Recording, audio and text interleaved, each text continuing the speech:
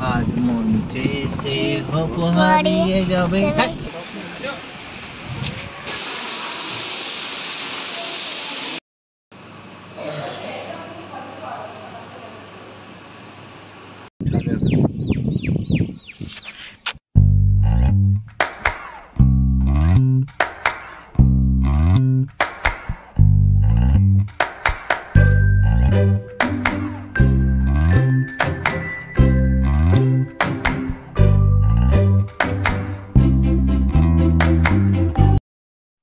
আজ মাইসোরে আমাদের দ্বিতীয় দিন।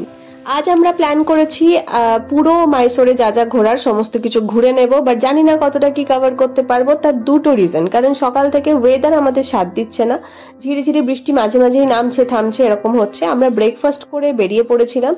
আর দ্বিতীয় কারণ হচ্ছে, দেখুন আমরা যদি শুধু দুজন হতাম আমরা একদিনের হয়তো ট্যুর কমপ্লিট করে বাড়ি চলে আসতে পারতাম, কিন্তু যেহেতু সাথে একটা ছোট্ট বাচ্চা আছে তার জন্য ব্যাপারটা খুব হেক্টিক হয়ে যাবে। সেই জন্য আমরা খুব ধীরে সুস্থে প্ল্যান করি।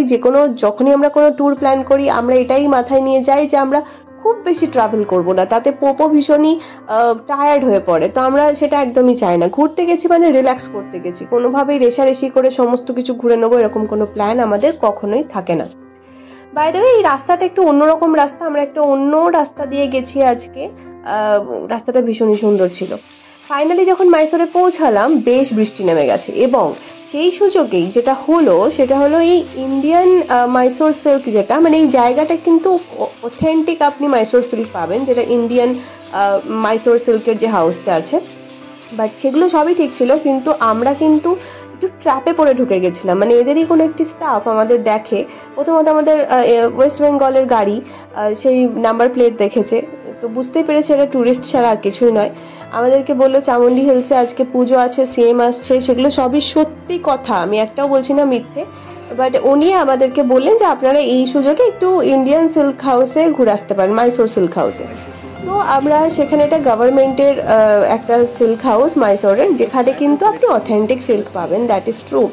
কিন্তু আমাদের শাড়ি কেনার কোনো প্ল্যান ছিল না। তো ওখানে গিয়ে পৌঁছে গেলাম, কারণ অভিষেক বললো অলরেডি এত বৃষ্টি পড়ছে, না জু ঘুরতে পারবো না প্যালেস ঘুরতে পারবো, সো ইটস বেটার কি আমরা একটু মাইসোর সিল্ক দেখেই নিই। তো সেখানে গিয়ে আমি কয়েকটা শাড়ি ট্রায়াল দিলাম। তারপর অভিষেক বললো এমনিও অ্যানিভার্সারি উপলক্ষে কিছু দিইনি, তো তুমি একটা শাড়ি নিয়ে নাও। নেবো না করে ফাইনালি 3টে শাড়ি নিয়ে ফেলেছিলাম, একটা আমার আর 2 মায়ের জন্য একটা করে।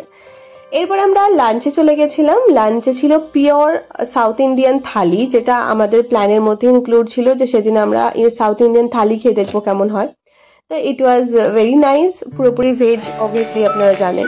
তারপর চলে গেছিলাম জুতে, এটা কিন্তু লেপার্ড, একদম সামনে থেকে দেখতে পেয়েছি, বেশ মজা করেছি। এইখানটা একটু দেখুন পোপোর এক্সাইটমেন্ট গুলো।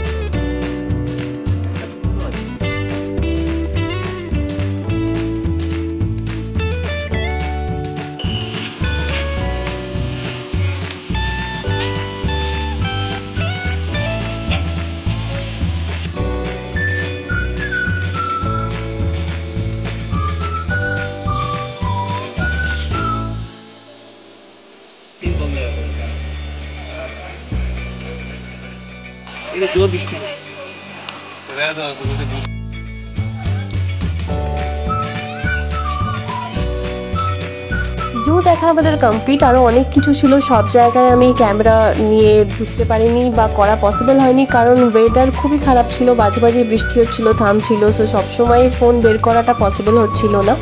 আমরা পৌঁছে গেছি মাইসোরের অ্যাকোয়ারিয়ামটায়। প্রথম ভেবেছিলাম এটা টাইম ওয়েস্ট হবে, কিন্তু পোপো এত জোর করছিল যে আমরা কোনোভাবেই না করতে পারিনি।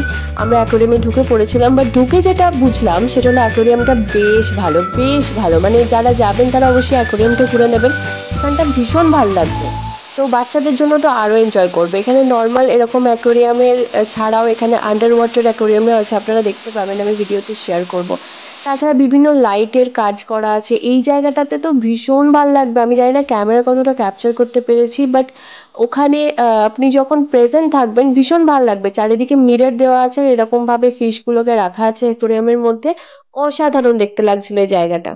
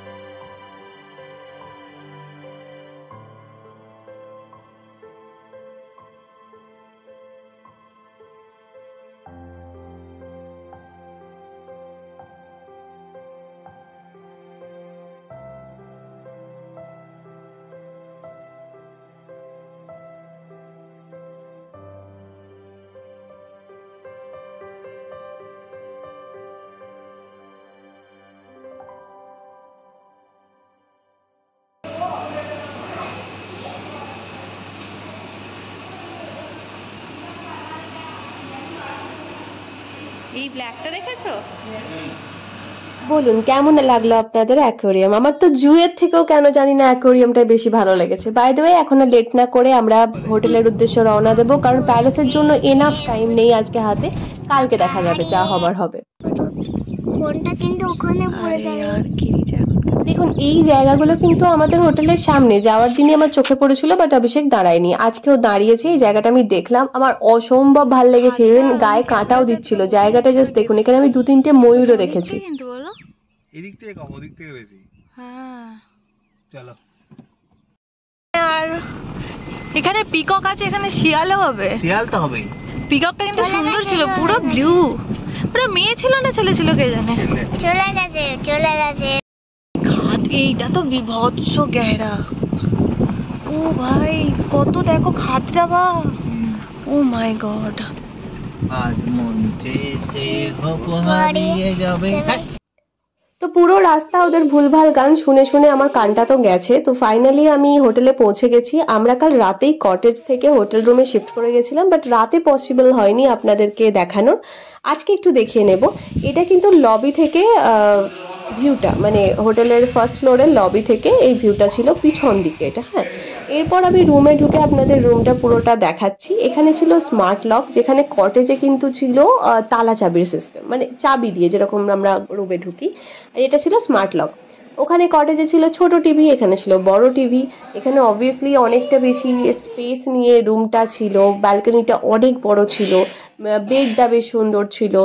অবভিয়াসলি মানে আপনার কটেজের রুম থেকে অনেক অনেক ফার বেটার এই জায়গাটা। সেই জন্য চার্জেসটাও বেশি ছিল, নিশ্চয়ই সেটাই হওয়া উচিত। কিন্তু তবে ঠিক কটেজের যে ভিউটা ছিল সেটা আপনি এখানে পাবেন না। কটেজে একদমই রিভারের সাইডে এবং জঙ্গল ঘেঁষা যে একটা গা ছমছমে পরিবেশ, সেটা হোটেলে পাবেন না। এখানে ছিল একটা বড় আয়না, ওখানেও ছিল ছোট আয়না। তো এইভাবে আমি কিভাবে কম্পারিজন করব? যাই হোক, এরপর আমি আপনাদের একটু বাথরুমটা দেখিয়ে নিই। আমি যখন বাথরুম দেখাচ্ছি, অভিষেক আমায় বলছে বাথরুমকে দেখায়। আমি বলি বাথরুমটাই দেখাতে হয়, দিস ইজ ইম্পর্টেন্ট। কারণ বাথরুম দেখে আপনি বুঝতে পারবেন যে আপনার জায়গাটা কতটা ভালো, কতটা পরিষ্কার। আমার কাছে তো বাথরুম খুবই ইম্পর্টেন্ট আমার মনে হয়। আমি যে কোনো জায়গায় গিয়ে আগে ওটাই চেক করি। এরপর আপনাদের বলি একটা মজার ঘটনা। এখানে ব্যালকনিটা কালকে একটু ভালো করে দেখাবো, আশা করি দেখাতে পারবো, লেটস সি। আমরা রাত্রিবেলা খাওয়া দাওয়ার পরে না ব্যালকনিতে কিছু প্লেটস গুলো রেখে দিয়েছিলাম। ব্যালকনিতে টেবিল চেয়ারের ব্যবস্থা আছে। আর এখানে ব্যালকনিটা হচ্ছে সুইমিং পুল সাইডে। তো ওখানে টেবিলের মধ্যে দেখতে পাচ্ছেন, ওখানে আমরা রেখে দিয়েছিলাম। সকালে উঠে দেখি এদিক ওদিক মাংসের টুকরো ছড়িয়ে আছে। তারপর জানতে পারলাম প্রচুর বাদুড় আছে এখানে, যারা এই কাণ্ডটি ঘটিয়েছে। যাই হোক, thank you so much for watching guys. আবার ফিরে আসছি নেক্সট ব্লগ নিয়ে। ততক্ষণ পর্যন্ত টাটা, সবাই ভালো থাকবেন।